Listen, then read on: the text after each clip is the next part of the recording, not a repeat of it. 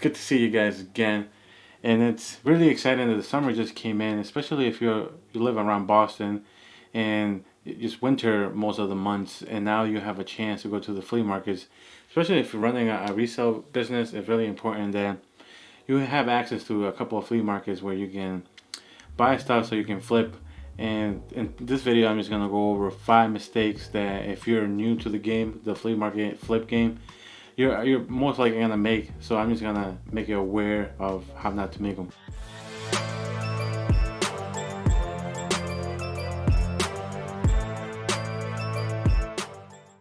Welcome to Simple Chew. I'm your host Hank, and I've been in accounting for 10 years. I also run a side hustle of a resell, and I've been doing that for 5 years. Also, if you've been following me for a while, it will help me a lot if you like the video. Also, if you're new, welcome, and I suggest you to subscribe and also hit the thumb bell, because I deliver videos every Mondays and Fridays, and I usually talk about investment education, accounting practices, and also resale education. So stick around. So the first time that I went to the flea market and I had the idea of flipping things, the first mistake I was making is I was paying whatever the asking price was. So if I would pick up this mouse from their table and they said $5, I would just say okay, $5, because I know that if you go to Amazon, you can probably find it for like $20 or something. So in your mind, you can flip it for 10. But the whole point of the flea market, and something that I realized as I was continuing to go, was that you can bargain with them, you can negotiate the prices, and usually you can go down. So if they ask for 5, you automatically want to cut it to half. So I usually cut it from 30 to 50% of asking price. So if they ask for 5, I'll usually say $2.50 or $3. I'm always in that range where I don't want to be like the super low baller, but I also don't want to be the sucker who pays the asking price. It's like when you go buy a car, you don't want to pay the sticker price. You always want to negotiate.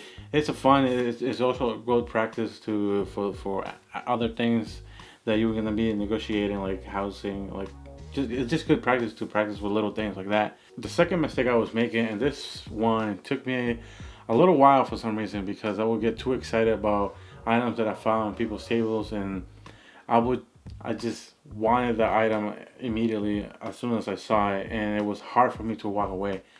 And that lesson of walking away when you want something and they're not budging on the price that you want to pay.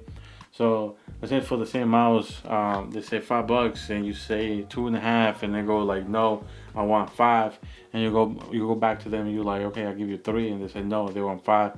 You need to learn to walk away, because after a while it just gets annoying to the person who's selling.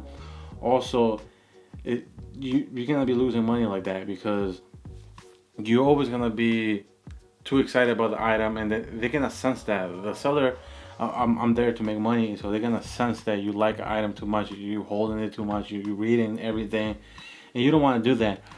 Usually what I do is, like, I ask for if I like the mouse, I usually ask for, okay, this battery thing, and so I can have a sense of how they price. And then if I see that, then I really want the mouse, I'd be, how much is for the mouse? And it'd be like $5. I don't say anything. I don't have any facial expressions. I don't complain to them. I usually just, okay, $5. Okay, you say thank you and you walk away, and then you can come back and be like, oh, I give you 3 for the mouse. And sometimes they forget how much they told you the first time, because sometimes things are not priced. So if you come in and you say 3, they might take the 3, But it's all a game that you have to play, and the best negotiating aspect of flea marketing is walking away, because there's sometimes they say a price, and once you're walking away, they might lower it for you. You don't even have to tell them that you wanted to pay less, so they can show you something else that they had. Third mistake, and this one also took me a while, and I still do it to this day, is pulling my phone in front of them, because I want to check, let's say if I got a book, or if I got like a teddy bear, or anything that I think is going to be valuable, especially things like electronic things like drillers and stuff like that. I want to make sure that I'm getting the right thing that people are looking for in the market. So I usually go on a Craigslist, OfferUp, or eBay, and I check what's selling in the market, and I see the quality of the stuff they're selling, and then I try to look for it in the flea market. So if I found like, I found like this headphones in there or something, and I don't know anything about his headphones, I usually like will pull my phone and then I'll be checking as I'm holding the item, just to like, I mean, it was so obvious once you realize it, but when you're so excited on the item and you're in the moment, it's sometimes just something that you forget that, oh, hey, you just pull the phone to check an item, and then the seller is looking at you like, okay, what is this guy doing? You're probably gonna, he knows you're gonna be flipping that item, so whatever price you're gonna give him, he's gonna say no. He's gonna probably uh, jack that price probably 30, 40, 50% more than he was actually asking for. So something to be careful not to pull your phone. If you're gonna be, it's actually really important to have your phone as you're checking items. So if you want to check this headphones, you look at the headphones, you look for like serial numbers or things that identify what the item is, and then you try to remember, and then you walk away. Don't even ask for the price or anything. Just walk away, and then ask for something else in their table just to have a sense of the pricing.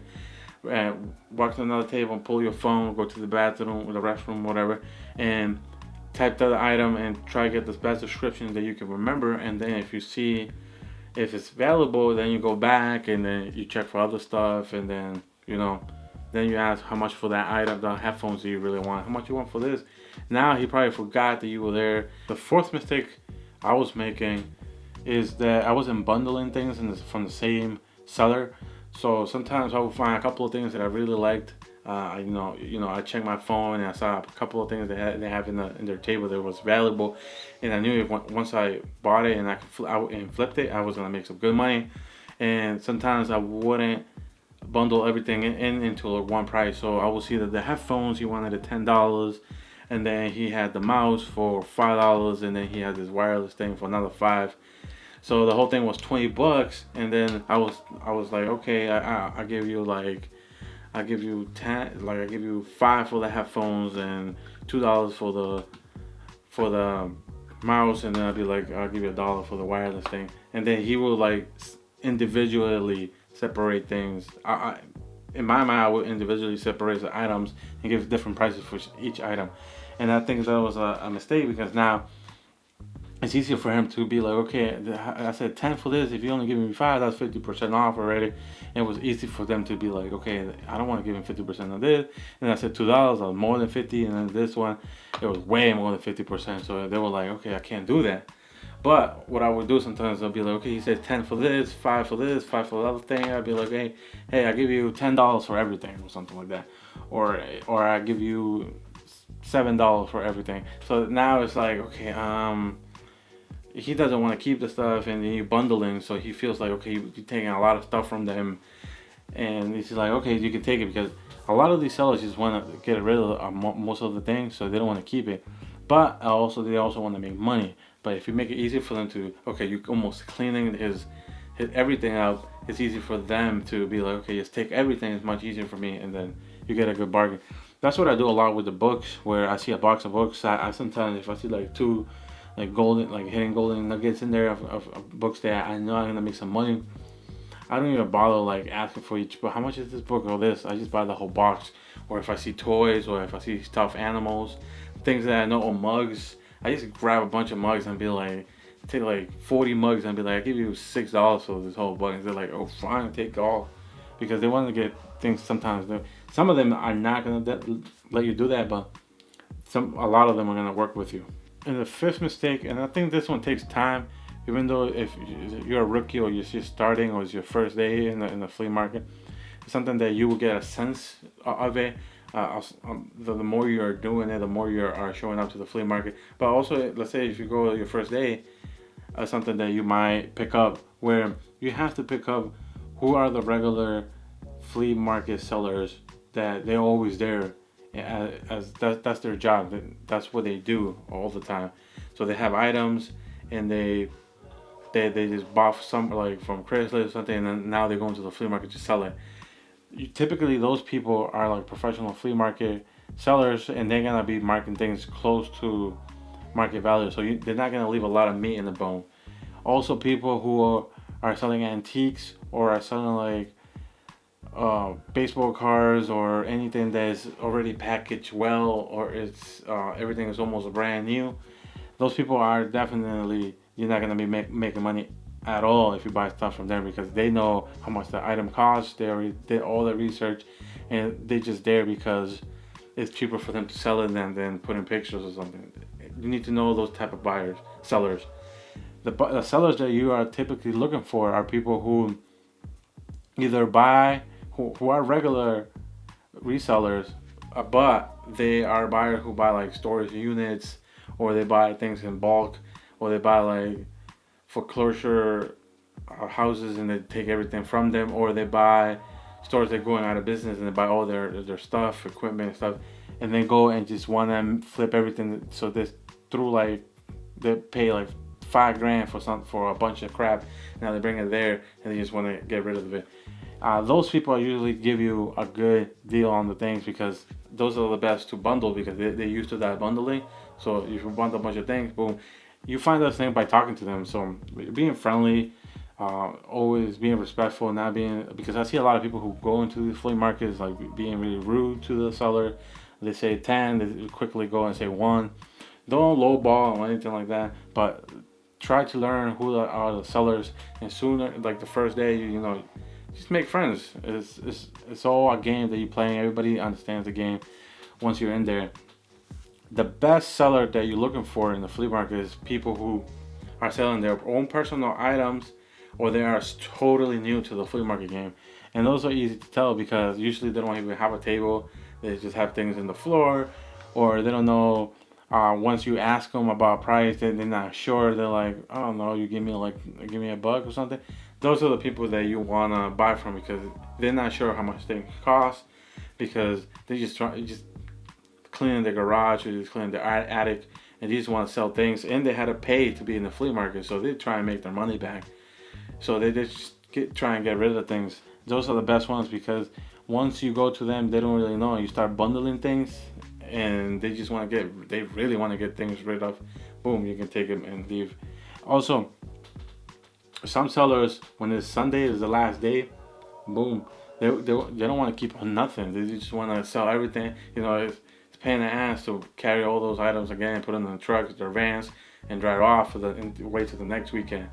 So some of them just want to we sell everything the same week, and then come back with new items if they go back and buy whatever storage units or whatever they're gonna do. But learn the type of flea market sellers, and once you know that, you're gonna know where the deals are.